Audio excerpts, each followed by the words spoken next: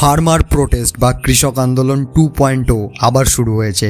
এই ব্যাপারে অনেক নিউজ ইতিমধ্যেই আমরা দেখেছি। For the 13th of February, where the farmers will begin their march to the national capital. Section 144 or prohibitory orders, as I said, have been imposed in Chandigarh. In fact, in Sirsa in Haryana, 2 stadia have been completely converted into temples. তবে আমরা যদি অতীতে দেখি, ভারতে বিশেষ বড় কোনো ইভেন্টের পর থেকেই এই আন্দোলনগুলি কেন শুরু হয়? কৃষকরা আসলে কি চায়? আদেও এটা কৃষক আন্দোলন, নাকি 2024-এর লোকসভা ভোটের বিজেপি গভর্নমেন্টকে সরানোর জন্য বিরোধী দল দ্বারা এই আন্দোলনগুলিকে ব্যাক করা হয়? তো চলুন আজকের ভিডিওতে এই সব প্রশ্নের উত্তর খোঁজার চেষ্টা করি। নমস্কার, আমার নাম দেব চক্রবর্তী, আপনাদের সবাইকে স্বাগত দেব টক্সে। 200টির বেশি কৃষক ইউনিয়ন ও কয়েক হাজার কৃষক 5000-এর বেশি ট্র্যাক্টর নিয়ে দিল্লিতে ঢোকার চেষ্টা করছে। তবে সব সময় কোনো ন্যাশনাল ইভেন্টের পরই এই সব আন্দোলন শুরু হয় কেন? আপনারা এই আন্দোলনের টাইমলাইনগুলি দেখুন।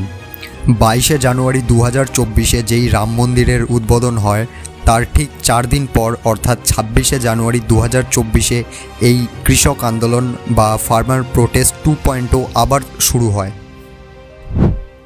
পাঞ্জাব, হরিয়ানা, নয়ডা থেকে এই প্রোটেস্ট শুরু হয়। এই সব রাজ্যের কৃষকরা গভর্নমেন্ট অফিসের নিজেদের মোর্চা নিয়ে পৌঁছে যায়। 15ই নভেম্বর 2023-এ গভর্নমেন্ট 18,000 কোটি টাকা কৃষকদের ব্যাংকে ডিপোজিট করে। এর ঠিক 11 দিন পর 26শে নভেম্বর কৃষকরা রাস্তায় নেমে প্রোটেস্ট শুরু করে।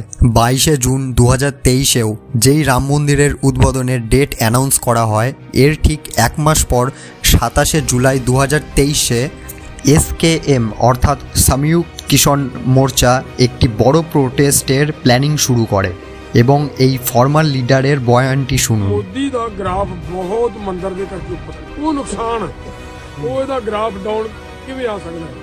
ਮੈਂ ਬਹੁਤ ਵਾਰੀ ਜਦੋਂ ਮੈਂ ਪਿੰਡਾਂ ਦੇ ਵਿੱਚ ਤਿਆਰੀਆਂ ਕਰਾਉਣਾ ਫਿਰਦਾ ਸੀ, ਬਹੁਤ ਵਾਰੀ ਲੋਕਾਂ ਨੂੰ ਕਹਿੰਦਾ ਸੀ ਕਿ ਮੌਕਾ ਬੜਾ ਥੋੜਾ ਹੈ, ਗ੍ਰਾਫ ਉਹਦਾ ਬੜਾ ਉੱਚਾ ਚੜਿਆ ਦਿਨ ਸਾਡੇ ਕੋਲੇ ਥੋੜੇ ওয়েল, রাম মন্দির ও PM মোদি এর পপুলারিটির ওপর প্রোটেস্টের কি সম্পর্ক? এই সব সো কল্ড ফার্মার প্রোটেস্টাররা কি আদেও কৃষকদের জন্য আন্দোলন করছে, নাকি 2024-এ ভোটের জন্য? আমার দ্বিতীয় প্রশ্ন, এমন কি আন্দোলন আছে যার জন্য আন্দোলনকারীদের মক ড্রিল করাতে হয় ও ট্রেনিং নিতে হয়? প্রোটেস্টার এর জন্য কৃষকরা 6 থেকে 7 মাস আগে থেকেই সমস্ত রেশনের ব্যবস্থা ও ট্রেনিং নিতে শুরু করে। পুলিশ আর্মিকে কিভাবে চোখে ধুলো দিতে হয়, এইগুলির জন্য এত ট্রেনিং। কিছু গোপন সূত্র থেকে জানা গেছে পাঞ্জাব, হরিয়ানা, নয়ডাতে কিছু ট্র্যাক্টরকে এমনভাবে মডিফাই করা হচ্ছে যেগুলি খুব সহজেই পুলিশের ব্যারিকেড ভেঙে দিল্লির দিকে রওনা দিতে পারে।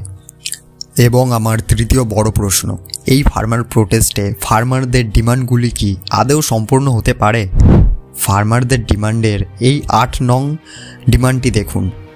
কৃষক আন্দোলন ও CAA প্রোটেস্টারদের কি সম্পর্ক থাকতে পারে?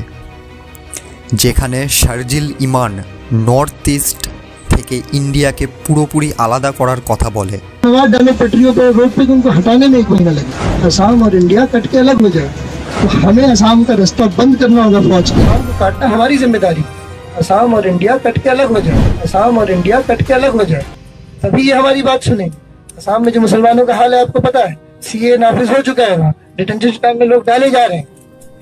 ও উমার খালিদ, যে কাশ্মীরি সেপারেটিজমকে ওপেনলি সাপোর্ট করে। এদের ছাড়া পেলে কি সারা দেশের কৃষকদের কি ভালো হবে এবং কৃষকদের কি আদৌ কোনো লাভ হবে? দেখুন, ডেফিনেটলি প্রোটেস্ট করা আমাদের ফান্ডামেন্টাল রাইট, তবে এমন অনেক কিছু বিষয় আছে যেগুলি এই ফার্মার প্রোটেস্ট 2.0-কে অনেক আনরিলেভেন্ট এবং আনইউজুয়াল বানাচ্ছে। এমন অনেক বিষয় আছে যেগুলি আমরা এই ভিডিওর সেকেন্ড পার্টে জানব। আজকের ভিডিওতে সব বিষয় কভার করা সম্ভব নয়, না হলে এই ভিডিওটি অনেক লম্বা হয়ে যাবে। আমরা যা আজকের পর্বে জেনেছি, আশা করি সেই বিষয়গুলি আপনারা ভালোভাবে বুঝতে পেরেছেন। কোনো বিষয়ে যদি কোনো রকম ডাউট থাকে নিচে কমেন্ট সেকশানে কমেন্ট করুন এবং কন্টেন্ট বাংলা ভাষাতেই আসবে। এবং আপনারা যদি চান অন্য কোনো ল্যাঙ্গুয়েজে আমি কন্টেন্ট বানাই, হিন্দি বা ইংলিশে, তো সেগুলি কমেন্টে জানান এবং ভিডিওটি কেমন হয়েছে অবশ্যই ফিডব্যাক দিন। চ্যানেলটি পছন্দ হলে সাবস্ক্রাইব করুন এবং ভবিষ্যতে এমনই বিভিন্ন পলিটিক্যাল কন্টেন্ট আপনাদের জন্য কেস স্টাডি আমি নিয়ে আসবো। তো ভালো লাগলে ভিডিওটি hit a like button and please subscribe. Now good by.